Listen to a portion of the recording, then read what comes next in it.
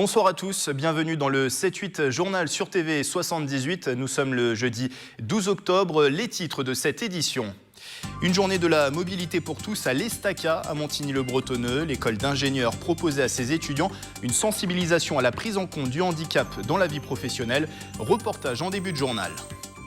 À partir de demain et pendant tout le week-end, ce sont les journées nationales de l'architecture, un programme riche dans le département et visite de l'École nationale supérieure d'architecture à Versailles ou encore découverte de Saint-Quentin en Yvelines à travers son urbanisme. Nous recevons Frédéric Debuche, directeur du musée de la ville.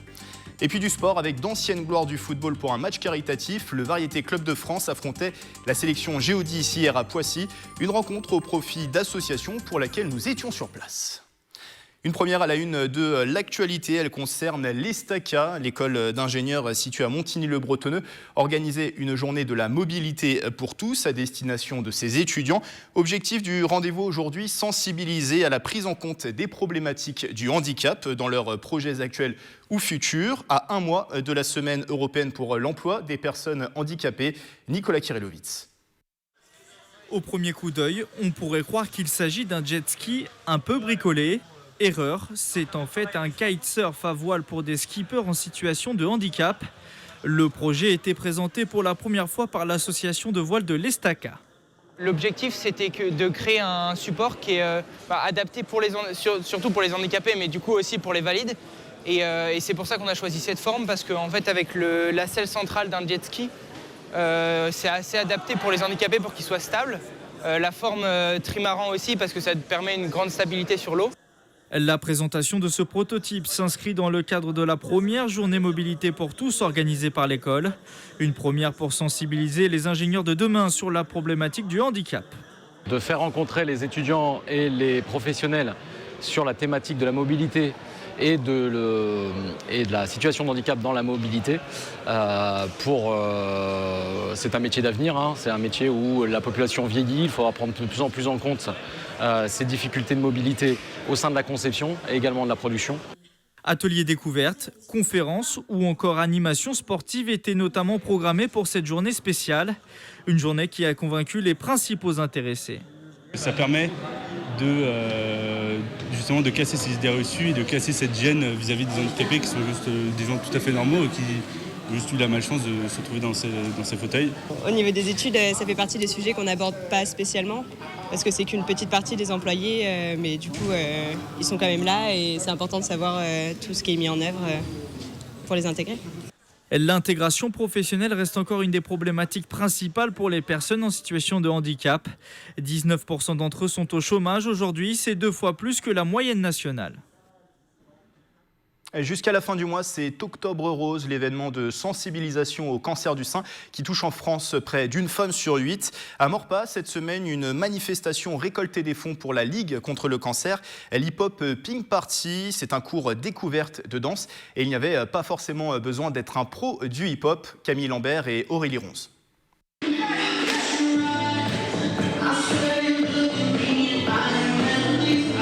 Une dominante rose sur des airs de hip-hop.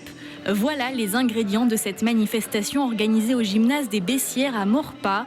Danser en faveur de la lutte contre le cancer du sein, c'était l'objectif de l'association Delight. C'est une membre de l'association en fait, qui a été touchée par cette maladie-là, qui voulait, elle, mener ce combat-là. Et du coup, on s'est dit on va la suivre et puis on va la soutenir dans ce combat. Pendant 1h30, une quarantaine de participants enchaînaient les mouvements lents et rapides. Le cours était ouvert à tous. Une manière de montrer que tout le monde peut être touché un jour par cette maladie. C'est une très bonne idée, c'est très bien. Pour avoir moi-même été soigné pour un cancer, donc c'est très bien. Dans ma famille, j'ai un jeune neveu qui a un problème avec son cerveau, avec ce genre de cochonnerie. Donc, mal placé, bien placé pour savoir. Un cours de hip-hop pour une bonne action puisque l'ensemble des fonds récoltés sera reversé à la Ligue contre le cancer. Merci à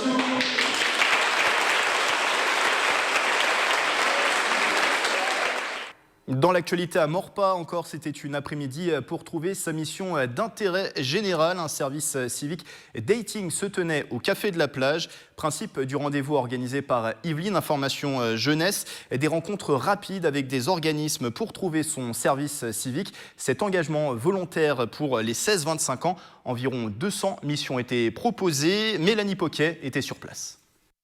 Geoffrey sera peut-être l'un des 2 jeunes en service civique à la préfecture des Yvelines. Ce Morpasien de 25 ans, actuellement en recherche d'emploi, s'engagerait pour 8 mois. J'ai fait un peu de communication, donc avec la préfecture et les tâches qu'elle me donnait, ça peut être très intéressant en adéquation avec ce que je fais. Ça peut être sympa. Après, moi, je ne cherche pas un temps plein, donc c'est pour ça que le service civique, ça peut m'être utile, vu que ça me laissera du temps de faire des choses à côté.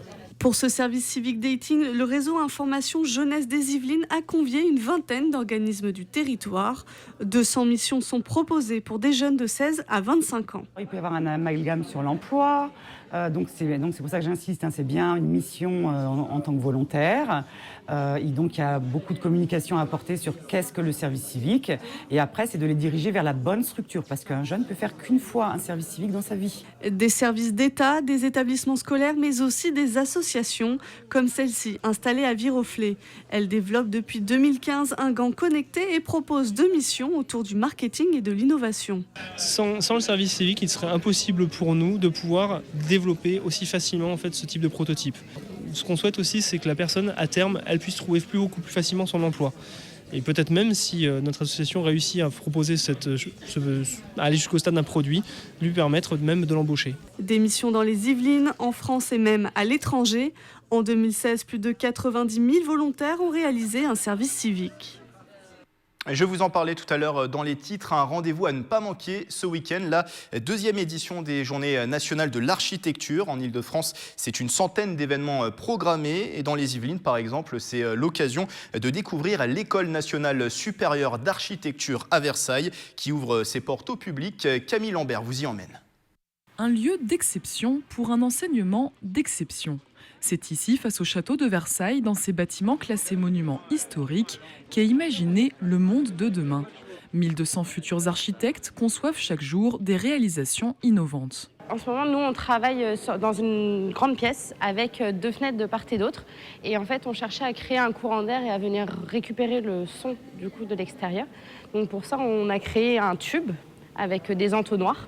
Il y a des enseignants d'architecture, de design et d'art plastique qui se mettent ensemble et qui font travailler les étudiants sur des installations sonores dans l'école. Ça apprend que le son n'est pas forcément un ennemi de l'architecte, c'est-à-dire que le son, c'est une qualité positive des espaces. Art plastique, sciences et ingénierie, une formation pluridisciplinaire pour répondre aux enjeux sociaux, économiques et écologiques du monde qui nous entoure.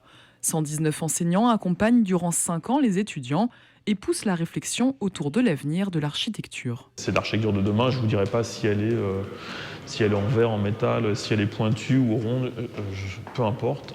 Je pense qu'elle sera surtout capable d'être beaucoup moins consommatrice. L'école favorise un terrain qui invite les étudiants à chercher, à construire, à prendre position pour améliorer sans cesse.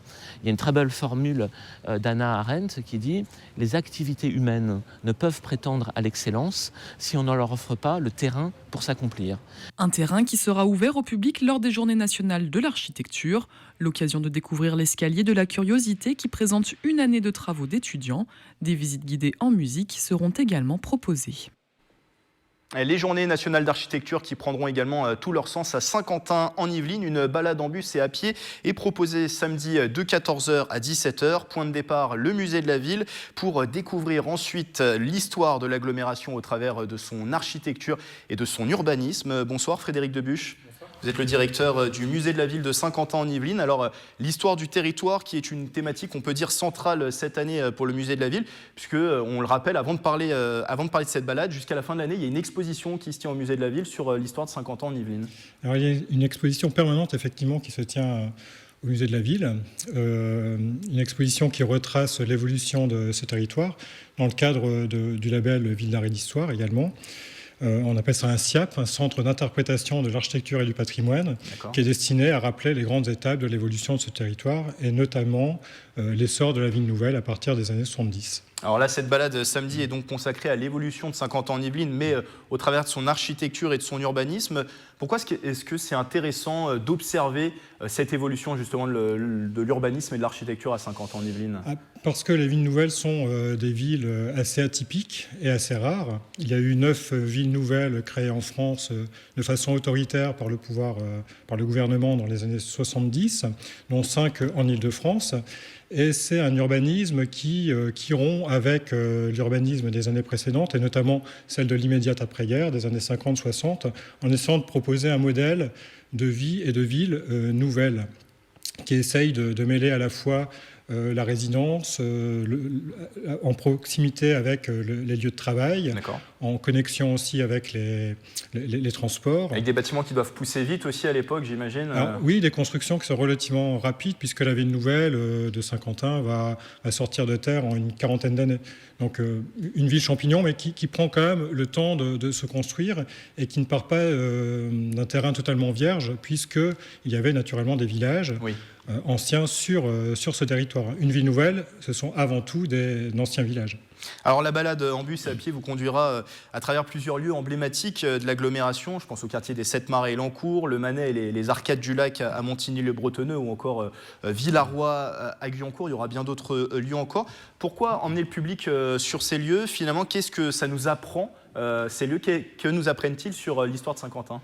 Alors, pour découvrir cette ville nouvelle, il faut bouger, puisque la communauté d'agglomération aujourd'hui, ce sont 12 communes qui correspondent à peu près aux communes historiques de la ville nouvelle. Et c'en est le principe. C'est donc un territoire relativement étendu, à cheval sur plusieurs anciennes communes, enfin communes qui subsistent. Et donc il faut aller d'un endroit à un autre pour saisir l'évolution et la construction de cette ville. Bon, à Maurepas, on a à la fois le témoignage de l'ancien village, mais aussi l'essor de cette ville qui avait été amorcée en fait dès les années 60 avec la création de cités, les cités Ribou, faites par un entrepreneur, et qui proposait déjà un modèle d'urbanisme en rupture avec les bars et les tours qu'on faisait dans les années 50. Bon, au 7 Mars, à Elancourt, on a un urbanisme qui marque le début historique de la ville nouvelle. D'accord. Avec un ensemble assez emblématique, les vagues qui ont été inaugurées en 1975 et qui marque d'ailleurs le début de la ville nouvelle, qui va après plutôt se glisser vers, pour avoir un centre plus défini autour du secteur de Montigny. Montigny, très bien. Et ainsi de suite jusqu'au bâtiment qui est peut-être le plus emblématique de Saint-Quentin, qui sont les arcades du lac, construites par Ricardo Bofill, grand architecte espagnol, qui propose là un modèle tout à fait intéressant de ce qu'on appelle le postmodernisme en architecture, et qui renouvelle aussi le langage architectural des années 70-80 en essayant de s'inspirer de l'architecture ancienne. Alors vous parliez de Maurepas, restez avec nous, nous aurons un sujet sur les 50 ans de la ville, une exposition qui se tient en ce moment à Maurepas. Une dernière question, puisque le temps défile. Vous êtes, vous, le directeur de ce musée de la ville depuis août dernier. Le musée de la ville, qui, je le précise, est installé depuis janvier au MUMED à Montigny-le-Bretonneux. Quelles sont vos perspectives dans ce nouveau poste, les prochains temps forts aussi à venir au musée de la ville? Alors il y a une actualité en cours. Une prochaine exposition va s'ouvrir à partir du 8 novembre sur le thème de la télévision. D'accord.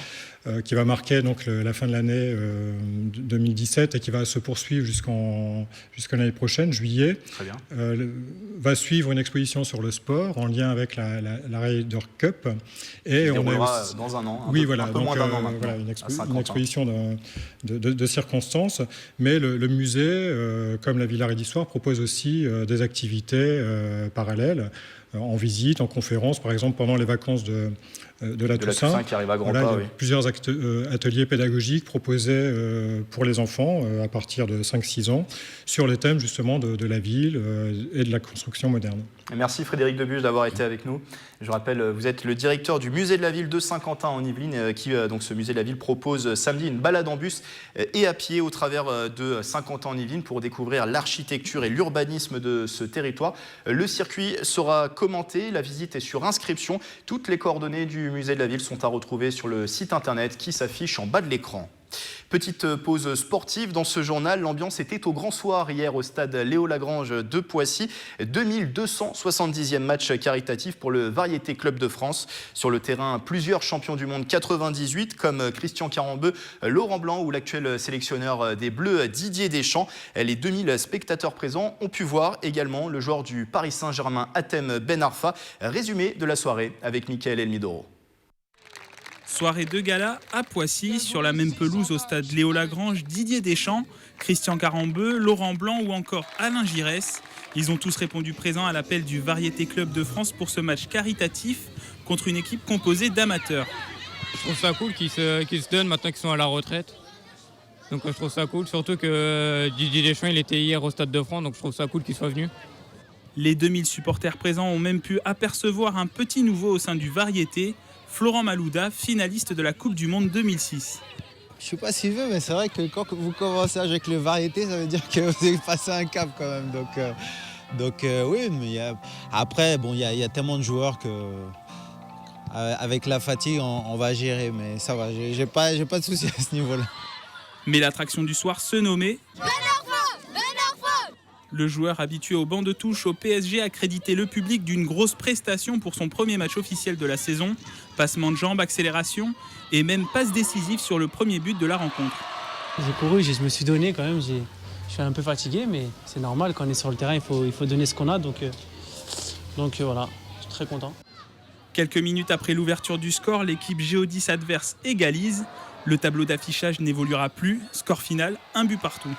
C'était sympa, je pense que sur la fin on aurait même mérité, on a beaucoup d'opportunités. On a fini plus fort que les petits jeunes qui étaient sur la pelouse en face, donc c'est sympa.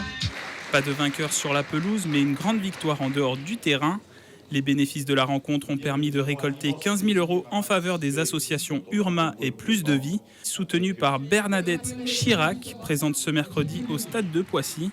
Le Variété Club de France devrait revenir l'année prochaine dans les Yvelines pour assurer une nouvelle fois le show. Et quelques heures avant le début du match du Variété Club de France, Poissy recevait un autre invité de marque, Sébastien Chabal. L'ancien rugbyman du 15 de France est venu inaugurer le sport libre de Saint-Exupéry, en présence notamment de Christian Carambeu. Une aire de street workout. L'espace en accès libre permet de faire du sport sur des agrès en plein air, une activité qui tient à cœur à Sébastien Chabal. On l'écoute au micro de Mickaël Elmidoro. Dans le cadre de ma reconversion, j'ai développé cette activité avec une ambition, c'est de promouvoir la pratique sportive. Alors aujourd'hui, on voit il y a une démonstration sur des équipements, mais l'équipement en lui-même n'est que la partie immergée de l'iceberg, la partie visible de l'iceberg, parce que en dessous, ce qu'on ne voit pas, c'est qu'on met à disposition des heures de coaching qu'on finance pour créer des rendez-vous réguliers sur les équipements, ce qui permettra de suivre chaque utilisateur, de créer du lien social, du lien intergénérationnel. Il y a une appli mobile aussi qui est dédiée aux équipements pour permettre aux gens de comprendre comment pratiquer, comment prendre soin de ça.